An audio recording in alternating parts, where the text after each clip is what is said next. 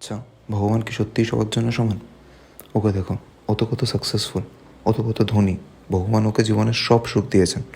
আর আমাকে দেখো, আমিও তো কত খাটি, আমিও তো ভগবানকে রোজ ডাকি, কিন্তু আমার জীবনে কত কষ্ট।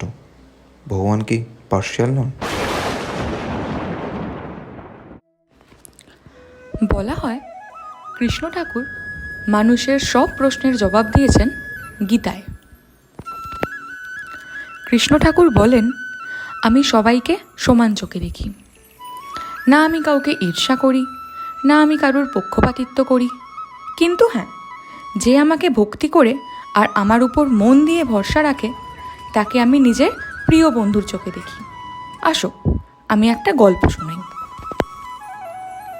কুরুক্ষেত্র যুদ্ধর আগে অর্জুন এবং দুর্যোধন দুজনেই ভগবান কৃষ্ণর কাছে যান তার সাহায্যের জন্য। যখন তারা পৌঁছান তখন কৃষ্ণ ঠাকুর ঘুমাচ্ছিলেন।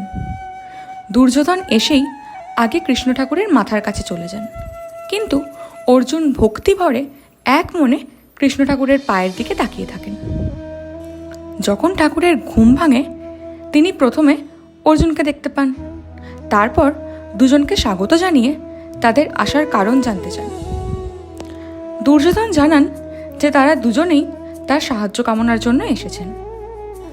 কৃষ্ণ ঠাকুর শুনে বলেন যে ঠিক আছে, একজন আমার 10 লক্ষ নারায়ণী সেনা পাবে আর অন্যজন আমাকে পাবে, কিন্তু হ্যাঁ, আমি অস্ত্র তুলব না, আমি যুদ্ধও করব না। আর যেহেতু আমি অর্জুনকে প্রথম দেখেছি চোখ খুলে, তাই আমি প্রথমে ওর কাছে জানতে চাইব ও কি চায়।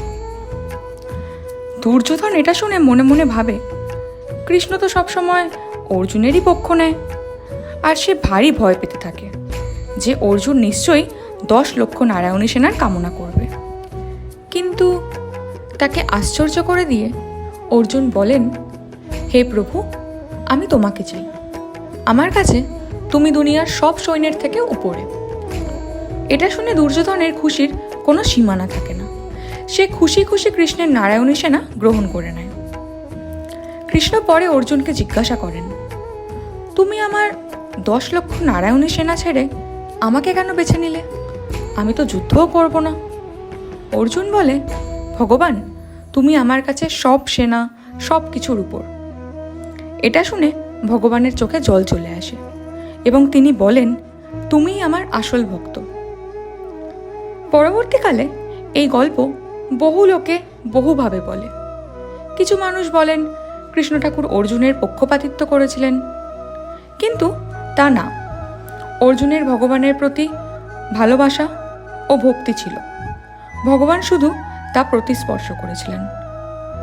দুর্যোধনের ভগবানের উপর না ভালোবাসা ছিল, নাই ভরসা। এবার আমরাও যদি এই গল্পটাকে শুনে নিজেদের জীবনেও ভেবে দেখি, আমরাও কি একই জিনিস করছি না?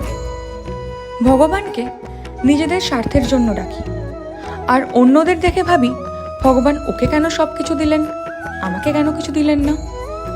উনি তো কত পার্শিয়াল। তো আমাদের অর্জুনের মতন হওয়া উচিত। আমাদের ওনার উপর সব সময় ভরসা ও ভালোবাসা রাখা উচিত। God is never partial. He is reciprocal. He will respond based on how we approach him.